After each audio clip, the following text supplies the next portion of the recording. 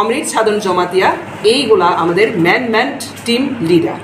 সেই জন্য আমরা ত্রিপুরাবাসী সবাইকে শুভেচ্ছা এবং আমন্ত্রণ জানাই।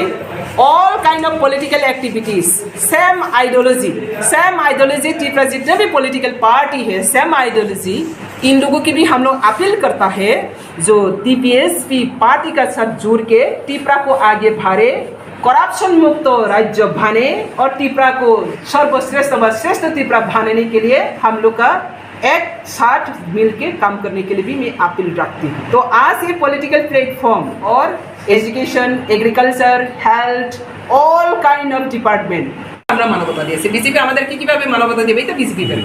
আমি বিজেপিকে মানবতা দিয়েই টিপিএফ পুরা আমরা বিজেপিতে আসো আছে।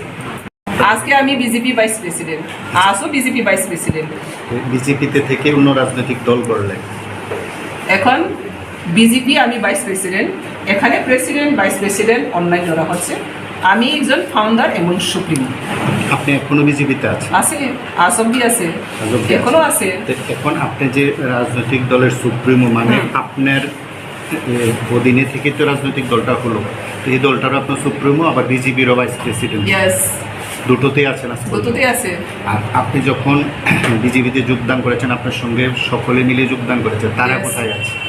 তারা সবাই এনজিও টিপিএফে আছে, আজকেও এনজিও আছে। আমি প্রথমে বলছি তিনটা পার্ট, এখন আমরা একটা পার্টি চলছিলাম আগে, শুধু এনজিও পার্টটা চলছিলাম। ওই এনজিও থেকে এখন আর দুইটা ব্রাঞ্চ এসেছে, একটা হচ্ছে পলিটিক্যাল আর একটা হচ্ছে এন্টারপ্রেনিউরশিপ এন্ড কোঅপারেটিভ ডিপার্টমেন্টসে কাজ করে।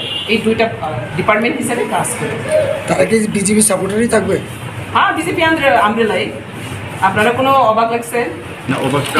তীব্রামতা থেকে বিজেপি পার্টি নিয়ে বিজেপি সিম্বল নিয়ে এমপি দাঁড়াচ্ছে, দুইটা মন্ত্রী নিয়েছে, তাতে কেউ প্রশ্ন করেনি। তো পাতালকন্যা বিজেপিতে আছে, BJP vice president, TPF BJP. তো আজকে টিপিএফ একটা প্ল্যাটফর্ম, পলিটিক্যাল প্ল্যাটফর্ম হিসাবে আন্ডার আমব্রেলা বিজেপি। যদি সেখানে যদি কারো অসুবিধা হয় তো যারা অসুবিধা হবে তারাই বলবে, আমার কোনো অসুবিধা নেই। আর কোনো প্রশ্নটা খুব কি বলবো সময় উপযোগী প্রশ্ন, ঠিক না?